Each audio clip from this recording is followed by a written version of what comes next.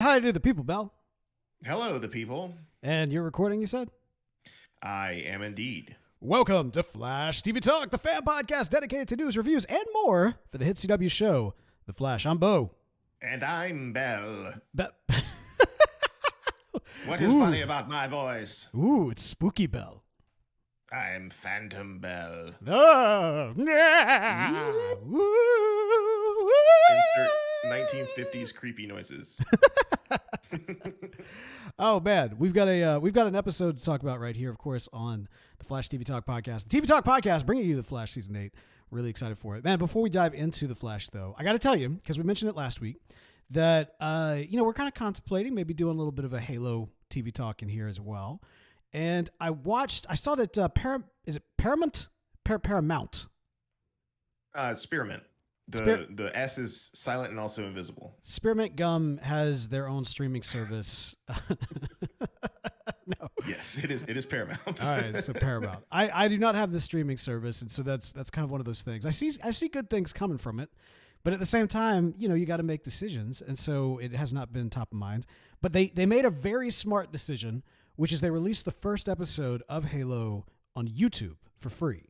So I just noticed this yesterday. I'm about 15 minutes maybe in, and I am very excited. I was like, oh, I don't know why I had I guess I had low expectations because it's a film/show based on a video game, and that very rarely ever works.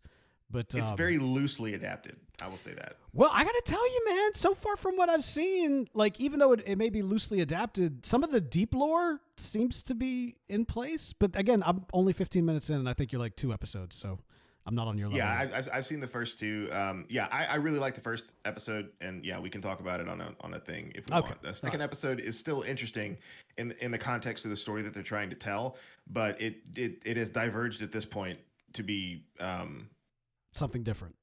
Yeah. Okay. I won't say unrecognizable, but just something very, very different. Wow. Okay. All right. Interesting. Well, yeah. I think it's safe to say that a Halo TV talk is coming. The interest is there, and so that'll be good. So we'll hopefully be doing a nice little recap of season 1. And what we'll do is, like we've done in the past, if we can time it appropriately, which I hope we can, we'll do kind of a binge, so to speak, of the first few episodes of the season, and try to release that right before the season finale, and then we'll do kind of a wrap up with the season finale episode. That's what we've done with some of these streaming shows in the past, and it's been fun because it allows for some speculation. And man, when I say speculation, this is a good episode for speculation because we got a lot of speculation coming your way right here, right now on Flash TV Talk. Bell, you ready to do this? Let's do it. Let's do it. Let's jump into the rundown. Episode 9 of Season 8, Phantoms, directed by Steven Plazinski and story by Jeff Hirsch.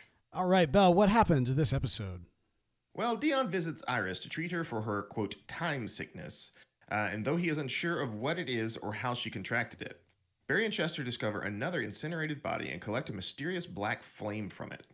Later, Chester has a nightmare of the flame breaking out of the container. However, soon after, the black flame actually does escape, causing Chester to fear that the flame is the ghost of his father, Quincy. It manifests as him and strikes again. Cecile realizes that the flame is feeding off of Chester's grief. Chester, however, rejects the entity and it disappears. Joe returns and states that the incinerated victims were dealing with grief and that the team deduces that the black flame is a sentient entity feeding off of grief in order to survive. Meanwhile, Iris and Sue Dearborn travel to Coast City to investigate the Coast City Phantom, who they identify is Tina Wazo. While searching for her, Iris opens up to Sue about her time sickness. They find Tina at her missing adoptive mother's home. She has also been searching for her birth mother, who abandoned her, and Iris convinces her to come with her and Sue. That night, Dion visits Iris with bad news. Dun, dun, dun. All right, so yes, this episode has a lot of fodder for speculation. So there's probably going to be a lot more speedster speculation than perhaps recap. I don't know. We'll have to see how it all goes. But not to tip the bean can too heavily here at the front, but I have to admit, man, this season so far has had so many great episodes, so many winners across the board, that this episode kind of felt a little bit like not necessarily a stumble, but maybe like a lull. Perhaps even like a I don't want to call it filler because again, we got a lot to be able to kind of like chew on here in terms of speculation, but I don't know. This episode didn't quite do it for me. I'm curious as to your thoughts. Well, I mean, so it was interesting, right? Because I felt like Chester's issues with his father were resolved in the episodes where they went back in time and visited with him. Yeah. Like that felt so like we've been here before, and it's a sweet story, you know. And I liked the way in which they even even acknowledge the fact that they've done this already by pulling scenes from previous episodes. But at the same, and it did pull at the heartstrings. I'm not gonna lie, like were kind of some nice emotional moments throughout. But it did feel like we've been here before. Yeah, and Chester, he brought it, right. He brought his A game. You know, his emotions were out there, and like, you know, he acted very well in the scenes that he did. But yeah, I just felt like this was a rehash because we've done this before. Like we had this character growth with Chester, and then to sort of like reverse that character growth and then show us scenes from the episode where he gained the character growth. Right. It's like, what is going on? Why are we doing this? Like, I mean, I get they wanted to, what's the word I'm looking for? They wanted to expand on the story and give us more information about this meta. And I guess they wanted to do it in a way that involved Team Flash directly. And so I presume, why couldn't it have been Allegra and Esperanza? Well, and that's a great question, Bo. I mean, like there's other characters here, obviously, with dead loved ones and trauma to kind of pull from. I mean, I do think there's value in having kind of a Chester-centric storyline for sure. But at the same time, you know, I'm also glad that it wasn't Nora again. You know what I mean? Yes. I do guess an argument can be made that we've kind of revisited a lot of dead loved ones kind of over and over and over. You know, it is kind of a trope of the show that's a well they continue to go back to. But I don't know. So I guess from that standpoint, it's not as, repetitive as perhaps some of the other stories they could have told. And this helps do kind of like this shifting cup game, if you will, of the story of the Black Flame. And we're going to kind of talk more about that, obviously, in speculation. But like I said, this is probably going to be a fairly speculation-heavy episode because of the way in which they're setting up this villain. And, you know, it's introduced in kind of like a last week as like, oh, well, you know, it's just a meta serial killer and here's a couple of hot people. Well, maybe it's the hot people. Well, no, it's not the hothead. It's not him. Okay. So it's not him. It's like, oh, it's like this ghost of Chester's dad. So it's like, oh, it's like a dead thing. And it's like, well, no, that's not it. And it's feeding off of grief. And there's just a lot of little clues that they've been layering out in what I think in previous seasons may have been more kind of like a villain of the week type of, you know, approach to the episodes or the bad guy. They're using that same villain of the week formula, but they're layering in these different aspects of kind of who this grand villain is. And I think that's done very well.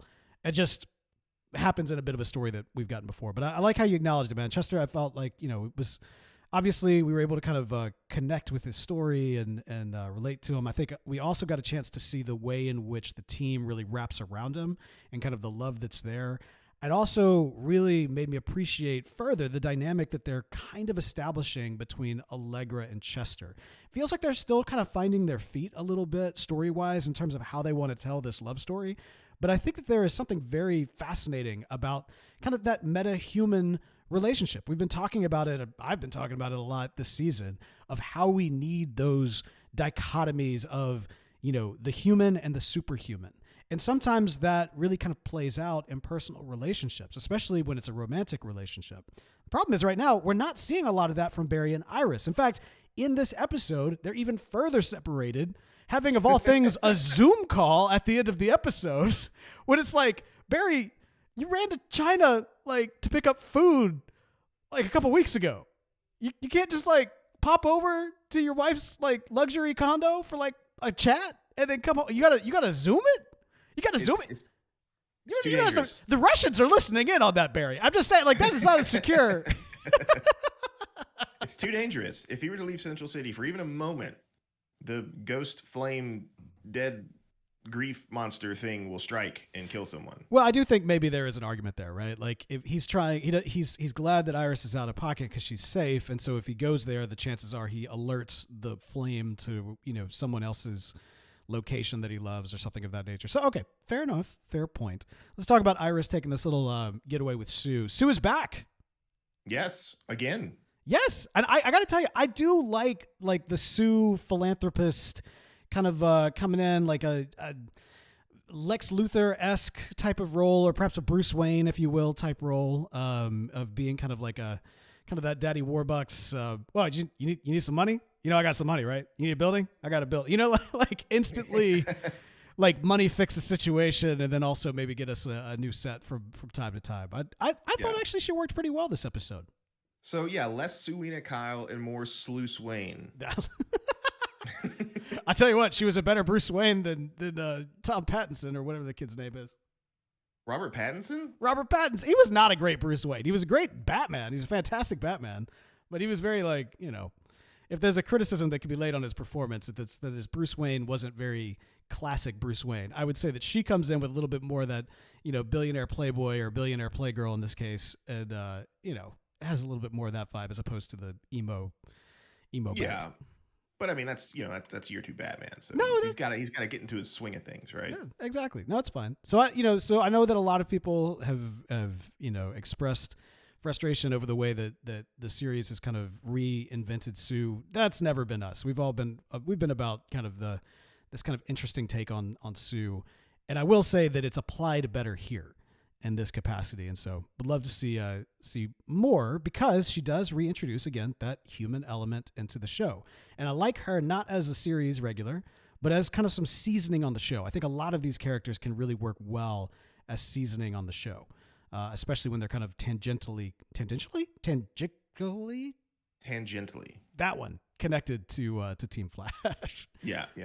So yeah, I will say this though. Speaking of characters being spliced in for sort of flavor and whatnot, much like how Sue is being used in this episode, when I saw the title of the episode, I knew it was never going to happen, and this was a complete and total dream. But I would have loved to have seen Ben Affleck in this episode. Oh, he would have been the bomb in Phantoms. Because Affleck was the bomb in Phantoms, yo. Well, he would have been, but he wasn't even in the episode. Next time somebody says Affleck was the bomb in Phantoms, we got to point out he was not in the episode.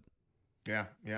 No, yeah, but he would have been. He would have been the bomb in Phantoms. He would have been the bomb in the Phantoms. That's all I'm saying. He would have been the bomb in Phantoms. It's true. Yeah. However, Phantom Girl was here. So we are going on this adventure to find this meta. Iris feels very much like, this could be an opportunity to reintroduce another hero.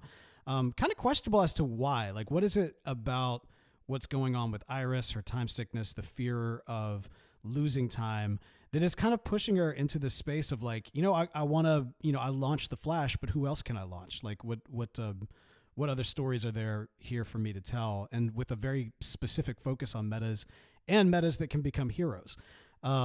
We are introduced to Phantom Girl. This is, as you said, Tinya Wazo?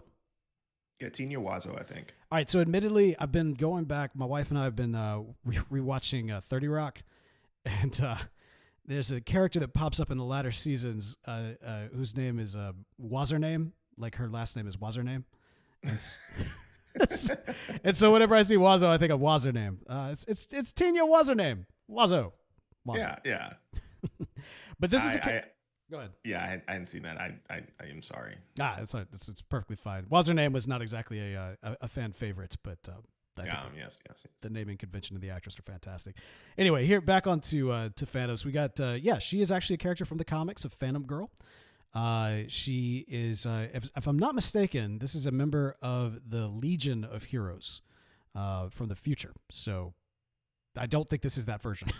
I don't think this is that Phantom Girl, all things considered. But yeah, her direct descendant, perhaps, or not descendant, but ancestor. Yes, direct ancestor. I don't know. We are getting a lot of teases about future names and future people. We've referenced the fact that Booster Gold has had a couple of interesting little nods here and there that have been Easter eggs throughout this season. So who knows? Who knows where they're going? But he's a time traveler, though, so that. Well, but that's what I'm saying. The Legion of Superheroes is in the future as well, and so I'm thinking that it's possible that we could be seeing, and probably related to Iris's time sickness. Not only is she losing time, but we could have a situation where she's completely taken out of time and maybe even finds herself in the future, or has to go Yes. to the future in order to get, a permanent solution. Let's talk about this time sickness thing. Um, Overall, not a great storyline. Yeah, it's kind of weird. Like I don't like I can't really identify where they're going with it, other than just to have some kind of other crisis kind of thing that Team Flash is going to have to deal with. It's going to impact Barry and Iris, and bring drama and stuff, right? Like but I don't know. I mean, I haven't seen anything yet of how it's tying in anything else. Yeah, it's it feels very forced, especially, you say you don't really see where they're going with it. I don't think they see where they're going with it. I mean, like, okay, so the Still Force is treating it. He was the one that identified she has time sickness, but he doesn't know what time sickness is, and yet he's able to treat it. Okay? So that I mean, we're still under the impression that the time sickness bit was something that went in last season because of like scheduling conflicts with Candace. Is that maybe? I don't know. I mean, even with this one, I'm wondering if there's some sort of scheduling conflict or something going on. But it just feels weird. It does not feel very thought out. And while I do think there's some cool concepts they could play around with that storyline, I think even the way in which they're communicating it to us feels a little uninteresting and a little disjointed. We always kind of make the meme, right, about the, Speed Force, the dude with the aliens, but it's the Speed Force. This kind of feels like that, but still Force. You know what I mean? Yeah. So, yeah.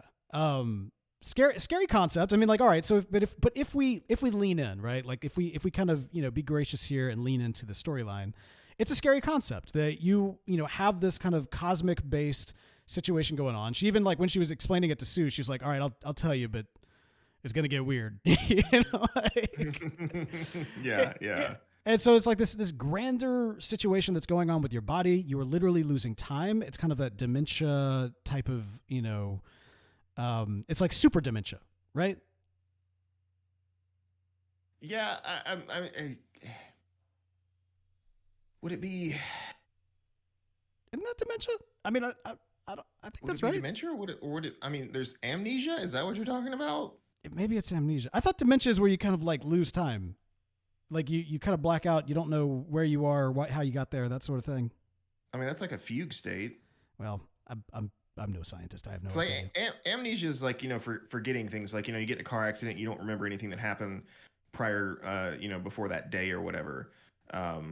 Not like you forget your entire past, but like you can't remember 24 hours prior to the accident or something like that. Okay, so it's like And super amnesia then. Yeah, kind of like amnesia, or like amnesia and a fugue state rolled into one. Huh. Because she comes to and she's like, I don't really know where I am or what time it is, and so I lost this time, but like I have no recollection of what happened prior to the the incident and stuff. So yeah, it's like Okay. an amnesiac fugue state. Okay, you keep saying fugue state. I have no idea what that is. Okay, you've seen Breaking Bad, right? As a TV talk podcast, it would be certainly brand damaging for me to admit I've never seen Breaking Bad. Okay, well, so it's basically like it's I don't know if it's. Hold on, let me be talk. Let me be Talk smart about this. Yeah, this here we is go. Bell MD. Here we go. Yeah, it's like a mental and behavioral disorder. Okay. Where you it's very rare, but you have like amnesia for your own personal memories and your personality and other identifying characteristics of your individuality, basically. So like they can last months or days. It's like people who have these things happen to them, they'll all of a sudden just be in a spot and they don't know how they got there, and it's been days since the last time they can remember something. Interesting. Okay, then yes, that is more in line with what we're dealing with here, because she's not literally being taken out of the timeline. Like, she did things. Clearly, we saw that with her situation with Joe. So, yeah. Well, it's a scary situation, and it's understandable to some extent that she's kind of she's doing the kind of thing like, okay, I'm not panicking. I'm gonna go out of town. Yeah, let's go. Well, she said she wanted to take her mind off of it and like distract herself from Right. the whole thing. And so, yeah, I mean, I don't really know. Uh, is that distraction worth like? I mean, she's basically trying to like out a superhero uh, or somebody with meta powers in a city where they're not really used to it. So, Yeah. like, who Yeah. knows what's going to happen with that? Like, it seems kind of dangerous for for Iris, or maybe not dangerous, but irresponsible for Iris to do this to Tina. I mean, they're going to help her now, like that's their goal. Before it was to like break a story on her, but now it seems like their goals have shifted to just helping her find her mom. So I think that's less dangerous. But like their intentions to begin with about being like, hey, we're going to break a story about you, and what if she doesn't want that? Like, Right. We're gonna kind of weird. We're gonna out she as a meta. No, I've been, Yeah. there is kind of that little bit of a. It's like, oh, the Flash. Ever heard of him? Yeah, that was me. Yeah. Yeah. Yeah. I did that. Listen, kid. I think you could be huge. You could be as big as the Flash. I helped launch his career. I'm gonna launch yours as well. It's gonna be crazy. Yeah. So we'll see where that ends up going. But I do think that what's going on here, if I could just kind of speculate a bit, is that because she's losing time, I think this is a woman who has like been on death's doorstep so many times. Like there's just been so many seasons where it's like, oh, something terrible is about to happen. Either she's supposed to die at the end of the season, or Barry is supposed to disappear at the end of this year, or, oh, she watched her child like die in front of her or like be erased from the timeline. So there's a lot of, she's had a lot. She's had a lot. And now on top of that, she has time sickness. This is where I feel like, again, the human elements can really kind of come in a big way when it's like, okay, at some point, if you you just kind of run through the ringer. So I feel like there's a rightful amount of exhaustion that we're kind of getting from Iris because she's been through a lot. And now on top of this, she's got time sickness of all things. Yeah, and like this new meta would be a perfect opportunity for her to like deal with that grief, right? Because this thing feeds off of grief. And she's had all these things happen to her. We've seen Barry, he's gone through his things where he's dealt with his grief and he's become stronger because of it and things like that. But we haven't really seen that for Iris. So it might be nice just if they didn't have the time sickness thing to go along, just to have Iris be, the focus of this entity, and then like having her confront that grief and deal with it and come out stronger on the other side. Like that's a good human story, right? Yeah. And they're defeating a meta at the same time. But instead we have time sickness. And I don't know. I mean, it's fine. It is what it is. I don't know. We'll see where it ends up going. It may end up being something cool. It could be. It could be. Could be. Yeah, we'll see. We'll see where it's going. I'm holding my judgment until we get more, info on it, because I feel like there's going to be a big reveal next episode based on what Dion said at the end of this one. And I mean, maybe they keep on teasing something about time sickness, and then we never actually get anything the next episode. Remember, like, we got the comb, and then we got the thing with her dad, and now we got Dion saying like, oh, something bad's happening. It's like, well, right, but they actually had Dion say something is bad, and so I think we're gonna have some kind of explanation. They can't just like not do anything about it. The episode with her dad and the brush disappearing is kind of like teasery things, right? Yeah. But now okay. we have the big reveal on the horizon. It's got to be like there can't be some kind of. They can't just be like, oh yeah, Dion said it's bad, and then like we spend 4 or 5 episodes and just there's no Iris and no talk about time sickness. That would be terrible storytelling. We don't talk about time sickness. we weren't going to talk about Dion, but then Dion came back. And in all fairness, Dion is. I told you he was coming back. I said it too. You were like, no, they're not bringing him back. No, I mean, no, it's fine. Notice he didn't say mom. He did say siblings, but he didn't call her mom, which was good. That was good. And that's fine. They can be siblings. But Iris and Barry aren't their parents. No, and they did. That seems to be that's good. They handled that well. I am okay with that, and that is fine. And we're just we're gonna pretend like they never ever referred to them as their parents, and that never happened. And they're siblings because they have this connection with the forces, and that's fine. Yeah, but no mom, no dad. Good. Yeah. Awesome. There you go. I like it. Also, Dion was always the more like the most easily digestible, so to speak, of all the speed of all the forces. So Yeah. if we've got one, I'm glad it's him.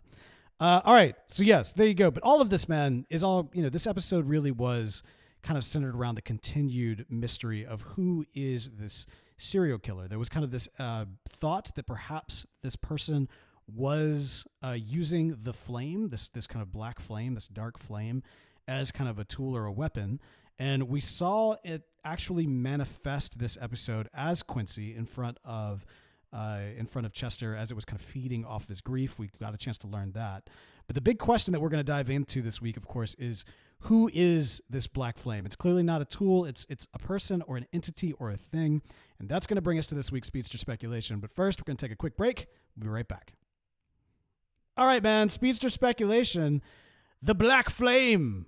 A dark flame burns in the hearts of men and women, consuming them by their grief, living to grieve again. Go back to the shadows, flame of voodoo. They need Gandalf. That's what they need. They just need Gandalf. That's exactly what they should have done. It would have been great. Yeah. Actually, it would have been funny. I feel like actually that would have been a Cisco thing. Cisco, if it was going after Cisco or going after Chester and Cisco was here, Cisco would have had some sort of black flame begone technology, Cisco tech, and he would have showed up. It probably would have been done as a staff just to get the bit. And then he would have come and said, "You shall not pass," and slam it down. Yes. That should happen. I mean, it would work for Chester too. He's into D&D. That's like fantasy stuff. Fantasy. So yes, that's a great point, Bell. Yeah, I think honestly it would work because Cisco is more Star Wars science fiction. I think Chester's more fantasy. As far as their interests. Yeah, outside of science. That's a great catch. It's happening. It's happening. The writers are listening. They hear it. Well, okay. So then the big question, of course, is who or what is this thing? Last week you made the speculation that I think is really solid, that we're dealing with a death storm, which of course is a firestorm, the ghost of firestorm, kind of a variant of that character. We got, like I mentioned before, some revelations about how this thing operates, that's consuming off of grief. I think about even last week when we got a chance to see it engaging with some of its victims. We saw it from the flames perspective and how they were reacting. And we were led to believe that it was, hothead Jack Black. But it turned out that now we can kind of look back on those episodes and see that they were actually seeing somebody connected with their personal grief. You know what I mean? Yeah. But what doesn't make any sense to? Oh, okay. So here's the question that I have about that. Right? Yeah, we see it through the eyes of the flame. I'm assuming the flame is invisible because people can't really see it. But why wouldn't Discount Blackjack be like Blackjack? Discount Jack Black. Or maybe that is his name. I don't know because it's a reverse. Yeah. Okay. Anyway, why wouldn't he be like, yeah, I went over there, I was angry, and then she just all of a sudden burst into a black flame and was consumed? Because Discount Blackjack, Jack Black, was trying to he wanted the mystery. He wanted us as an audience to speculate. I mean, but his innocence was just right there in front of him. Be like, it wasn't me. It was a black flame. Look, here's me burning something, and here's what this corpse looks like. Oh, you know what? That's actually a really good point. And on top of that, it actually would have even tied deeper to Barry's story because it was like, it wasn't my dad. It was this burst of lightning. You know what I mean? Yeah. She just erupted as if struck by lightning or something like that. Yeah. And then that would bam like that. That would totally trigger Barry to be like, all right, this dude's telling the truth. He mentioned lightning.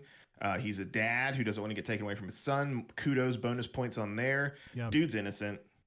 I mean, that could have worked, but I don't mind it. I think it's fine that they kind of partitioned it out the way they did. It's just kind of like plot holy kind of things that are, they're just nitpicks. It's nothing really. Plot holes? What are you talking about, Bell? This series doesn't have any plot holes. No. None of those.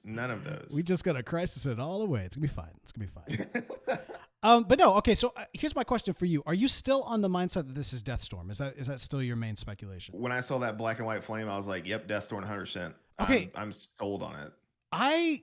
When I saw the flame, I immediately thought, well, hey, Bella's right. Like Bella has been right way more on this series than I have. Like this looks like Deathstorm. This seems as though the kind of effects they would use for Deathstorm. I think Bell might be onto something. I think he's right. I think he's right. Here's the thing. I don't think you're right. It's Eobard, isn't it? No, I'm not going there. But I do wonder if we're dealing actually, so why would Deathstorm feed off of greed?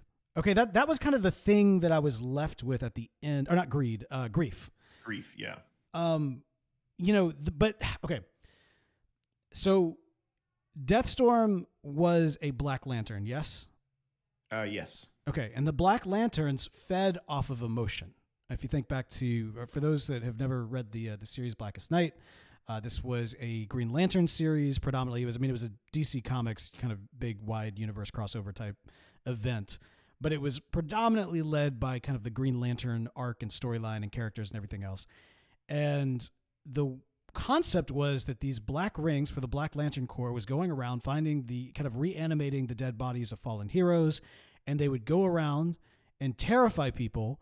And at this height of emotion, they would consume them and their emotion, kill them, and feed off their emotion, which would power up this kind of big, Black Lantern. That was kind of the way in which they were fueling up, so to speak. Big lantern battery kind of thing. Yeah. So there's an argument to be made that they're pulling from those inspirations, and we're dealing with a Deathstorm that is feeding off of grief to power something. That's possible. I think though, this is going to be a Deathstorm that's completely detached from the Black Lantern kind of stuff. Sure, but and that's the big confusion part. Well, not really confusion part, but the big mystery for me is like how they're going to tie it in and how they're going to make it work without the Blackest Night kind of stuff fitting in. And so, Ronnie, he probably was full of grief, having to sacrifice himself and lose out on his fiance and all that kind of stuff. And it ties in with Caitlin, which is another reason why I think they're going that route. Because there's going to be drama there with Caitlin, who's now being more serious with her Dr. Ficus. And so there's a lot of story elements there for both Caitlin and the rest of Team Flash and with Ronnie and stuff. And so like I think it would be I think it would work on a story level, but what I don't know is how it ties in to everything else and like why he's coming back. That's what I don't understand, and that's what I'm trying to figure out. I don't think we've gotten really enough information to sort of at least for me to sort of figure out how it would tie in. I would have to like just jump off the rails and just start guessing at stuff. That's how to tie it in. Yeah, but I'm still convinced that it is Deathstorm. Okay, so here's my crazy concept theory. I'm gonna throw it out. I think we will see Deathstorm. I think that we will. I think this is even going to lead us to Deathstorm. But I don't know that it's actually Deathstorm. I think just like this episode, how we saw it manifest as somebody who died, I think that we'll see Ronnie manifest through this flame and be like, and as the flame is feeding off of other people and getting stronger, I think it'll also, maintain and get these abilities so that not only will it be able to kind of manifest as an individual, but also be able to harness powers similar to that individual. So did you finish Buffy out of curiosity? No, I haven't finished yet. What season are you on? I need to make a reference here. So I just finished the Dawn season. Okay. Well, this is not really a spoiler, okay? I'm going to reference something from the final season, but there's nothing really all that spoilery about it. Okay? Okay. All right. So in the final season of Buffy, a character shows up that can only really be visibly seen as somebody who's died. And so they don't really have a body unto their own. They can only ever be somebody who's died. Does that make sense? Yeah. They only show up as dead people. Right. There's no primary actor portraying this evil because the evil can only be portrayed as somebody who is, as someone who's died before. So anyway, you'll see what I mean when you get there, and it's really cool, and it's a great way for them to, make several victory laps across that season. But anyway, regardless, I have a feeling that we're dealing with something very similar to that, and that we're dealing with an entity that is going to only be able to appear as individuals that have passed away, But unlike that, I think we're seeing kind of a blending of that concept and then also like a Skrull-esque thing where like not only can it be a Skrull and appear as somebody else, but it can also be a Super Skrull over time as it powers up and take on the powers and abilities of whoever it's being. So yes. So basically what you're saying is like, it appeared as Chester's dad to Chester, and everyone else in the room. Yes. Because it was trying to feed on Chester. Right. But if it were to manifest in front of it could be Barry as Nora or other Nora. Like it could be, in front of Iris, it could be her mom in front, like it could be so many different people. But it could be Ronnie in front of Caitlin. Right. And it's doing that, I think, primarily because that's how it's kind of pulling out the grief from somebody. It's obviously appearing as somebody who meant a lot to them, that had a traumatic experience, a traumatic death experience in their life, which is, when somebody dies, generally, it's very rare that it's not a traumatic experience. So I think that's the case. I think we will see Deathstorm, but I don't think that this thing is Deathstorm. Here's my crazy wild theory. I think, Val, that we are seeing kind of a Black Hand. I do think that we are going with a Blackest Night type situation. This is my wild speculation, okay? We've had so many teases about Diggle being a Green Lantern, and then it's like they're never going to pay that off. Well, what if this is building up to actually pay that off, where this thing kind of comes up and kind of, by the time it's fully fueled, it becomes a Black Lantern, probably Black Hand, and Diggle has to be tapped in at the end for them to take it down. And so, and Diggle actually becomes a Green Lantern as part of this. We actually see him as a Green Lantern as part of this. So we're going to go from not having any Green Lanterns at all to like an entire, War of Light with multiple Green Lanterns, like Flash being Hope, or just one Lantern's going to take down the... Yeah, it's the CW. It's the Flashpoint was 2 episodes. It wasn't even 2 episodes. But no, this is the CW. Okay, this is what they have done in this universe of the series, is that they'll take like these really kind of epic storylines and kind of cram them into 45-minute block that they have to work with. I think that's definitely what's going to happen if they ever approach that storyline. And so I think there might be something there. I think that this is actually setting up something where they got to tap Diggle in.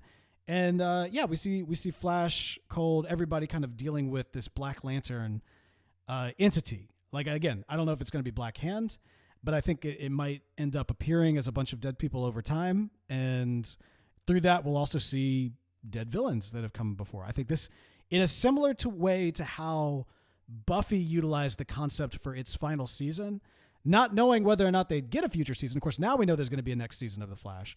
But I think they went into this season with the mindset that this could be it. And so I think that's why things are set up the way it is, for us to get maybe some victory lap moments in this with this particular character. That's my wild speculation. I could be totally wrong. Yeah. Well, so, the one thing about Ronnie and Deathstorm that kind of is weird is that he appeared as Chester's dad. And maybe that's part of his powers to tap into people's grief. And do the thing that you're talking about. I would still think that there would be a singular entity that is able to manifest itself as other people that are associated with that person's grief, like whoever they're attacking, that they can manifest themselves as that person's grief. But I think that there will be a form of the entity that is its base form, and I think that's going to be Deathstorm. Okay, all right, we'll see. We'll definitely see. We asked a couple of y'all what was going on Twitter. And some of the speculations that we got back. Let's see what we got here. Kyle thinks that it's going to be Cobalt Blue, Kyle Cross. We also have Fox, who agrees with you that we're dealing with Deathstorm. And then Jacob Young, my man, out here saying Eobard Thawne. So, I don't know. We'll see. There's always one. It was Eobard all along. It's always Eobard. It's always Eobard. Eventually. It's always. What if it is Eobard? Like, what if it really is Eobard? Eobard's he's in prison right now. You're gonna hear me, Belle. You're gonna hear me say something that you have never heard me say on this series. It's not Eobard. Okay, it's not. Dun dun dun. Who are you and where have you put Bo? Oh, wait, am I Eobard? Maybe. Only Eobard would deny that it's Eobard. Fair enough. Well, anyway, we'll see. We want to hear y'all speculations. Head over to the TV Talk Twitter handle. Let us know. That's at TV Talk FM. Again, that's TV Talk FM. Yeah, we've been doing these podcasts live these last couple of weeks on Sundays. If you'd like to join us for the live broadcast, you can find it on our YouTube channel. The link to the YouTube channel can be found at tvtalk.fm. Again, that is tvtalk.fm. Follow bell at Ring That Bell. Again, follow the show at TV Talk FM. That's going to do it for us for this week. But until next time, we'll be back in a flash. Ta-da! All right, guys. Thank y'all so much for tuning in. We'll talk to y'all later.